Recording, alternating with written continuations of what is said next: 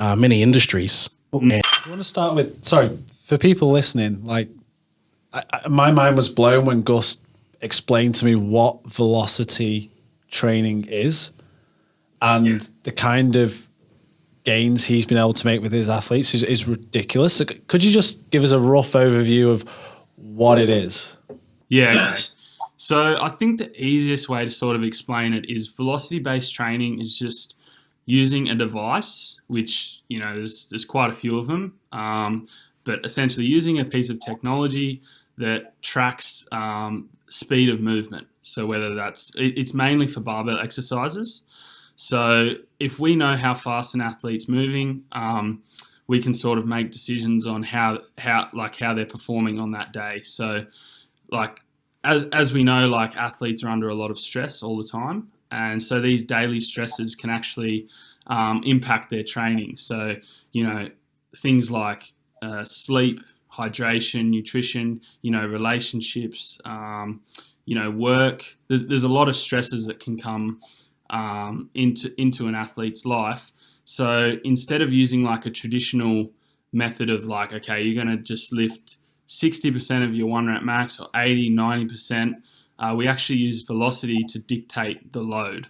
So if an athlete comes into the gym, they're feeling crap, they put, you know, 90% on the bar, using velocity, we can sort of tell how fatigued they are for that day and then go, okay, well, today let's actually back off the weight because your speeds are down and then you're not risking injury. So that's kind of the main reason why someone would use velocity-based training in the pro setting.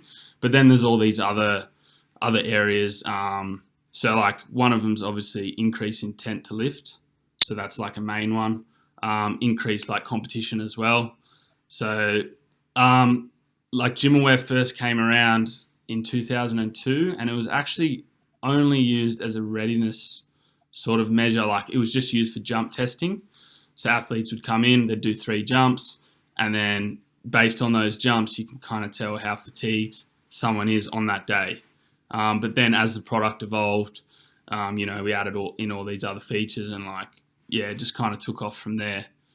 But in a nutshell, velocity-based training is essentially, using velocity to dictate the load, I believe. Right, what's your definition? How are you using it, Gus? Sorry, Gus. How are you using it with your athletes specifically? pretty much exactly how he's explaining it is that, you know, we'll put the device on the bar for your main lifts in terms of powerlifting. We'll structure it with our current programming. We'll create a profile for that athlete, a velocity profile, which basically is a linear regression model that kind of correlates percentage of load to the velocity. And with that, we're able to determine the load on the day based off that velocity for that day. So if we've programmed at 80%, it might give us a velocity of, say, you know, 0.4. We will see, basically we'll come as close to that weight as we can. And if we are slower that day, we'll work at a lighter load until we are roughly at that 0.4. If we're performing really well and which means the training we're probably doing is progressing and working, or they're having a really good day. And depending on the consistency of session to session over the weeks, we might have a progressive increase in load at the percentages we're working at. So, yeah, in the end, we might find that her projected 1 RM is increasing over time, and that we just respond to the velocity of that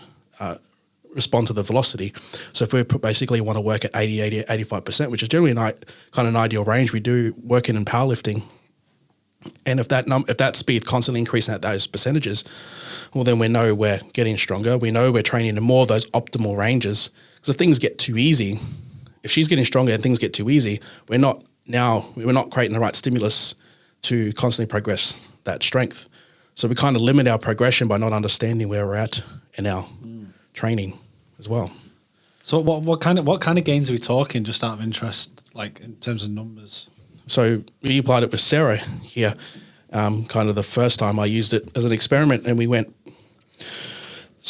applied it to all the lifts really, and we had a kind of a massive increase. So we started where I would rely on subjective information, such as, their energy levels, how they're feeling, and basically looking at videos to see, comparing them over time. So if I look at one lift to another lift, does that look better than the week before? But now that's all subjective, where velocity was objective. And we went from, during one training phase over 6 months, we went from a 230 squat to a 257 and a half Over how kilos. 6 weeks. 6 months. 6 months. Well, I was going to say 6 weeks. 6 weeks would be all right. Yeah, but 6 weeks. Yeah, sign me up. I think a massive contributor